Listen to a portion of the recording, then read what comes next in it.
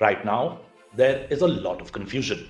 And while there is officially a ceasefire in Gaza, but airstrikes are happening, world leaders are meeting, the United Nations is voting, but aid systems are shutting down, and a brand new international body is taking control of Gaza's future. So, the obvious question here is what is really going on? Today, let's explain this clearly, calmly, and simply.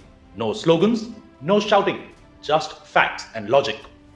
Hello and welcome to the Narrative Now. I am Sudhanshu Sharma. And first, let's understand this one point clearly. This is not a peace deal. What we are seeing is a managed pause. A pause designed to test one thing and one thing alone. Can Gaza exist without Hamas as an armed force? Everything else depends on that answer. First, let's try and understand what was phase 1 and what this ceasefire actually means. Phase 1 of Donald Trump's peace plan began with a conditional ceasefire, conditional being the key word. And here is what it means in simple terms. Hamas releases Israeli hostages, Israel releases Palestinian prisoners, Israeli troops pull back from some areas, aid begins to move again, violence reduces but does not fully stop. This is why you are still seeing Israeli strikes from time to time. While Israel says that these strikes are responses to militant activity, including failed rocket launches, authorities in Gaza call them ceasefire violations. And both these claims can exist at the same time because this ceasefire is not based on trust, it is based on behavior. If there are no attacks, there will be no strikes. But if attacks continue, Israeli responses continue too. That is how phase 1 is designed. Now let's understand why the United Nations vote changed everything. The United Nations Security Council approved a US backed resolution supporting this peace plan. 13 countries voted in favor. Russia and China abstained, and no veto was exercised.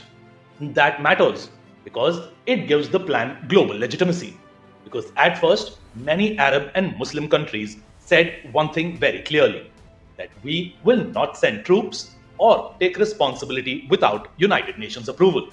But now they can.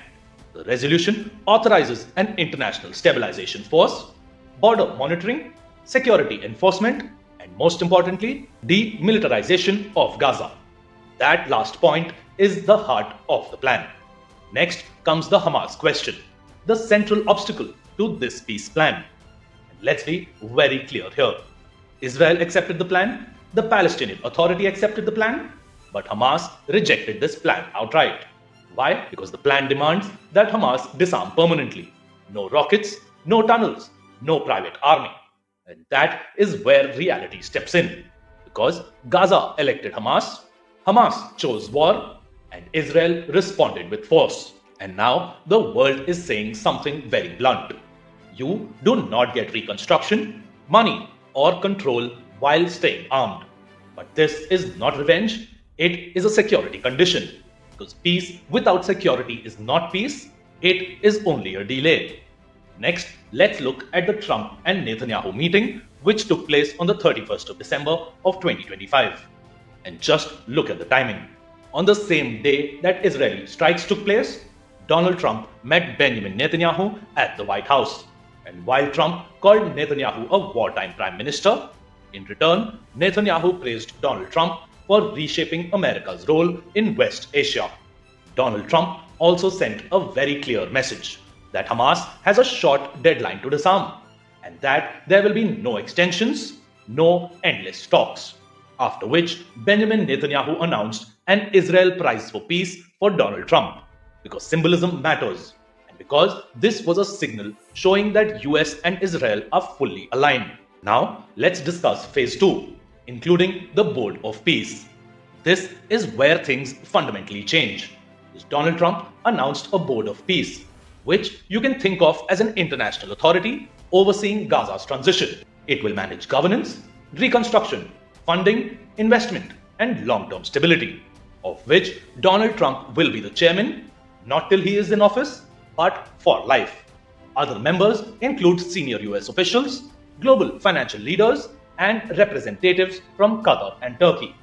But countries that want a long term role must contribute serious money, starting at almost $1 billion. In simple words, Gaza is now moving from a battlefield to an internationally controlled transition zone. Just last week, Donald Trump also invited Prime Minister Narendra Modi to join this peace board. And this is significant because India is not being asked to fight, India is being asked to stabilize. And that signals that this plan is no longer just regional, it is global. And that Gaza's future is now tied to international credibility, not ideology. So, what happens next? Well, let's simplify everything into one final question. Does Hamas disarm? If yes, reconstruction begins, money starts to flow in, governance changes, and borders stabilize. But if not, strikes continue, aid remains controlled, and this plan collapses. There is no third option. This is not a peace built on handshakes and hope.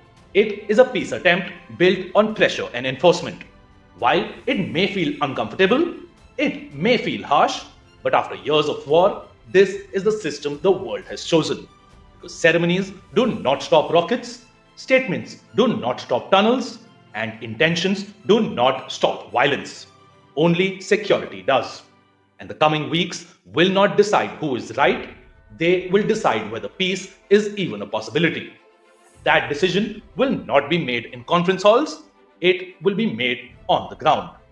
Thank you for watching the narrative now. Like the video, subscribe to the channel for a clear understanding of the latest narratives being woven around the world.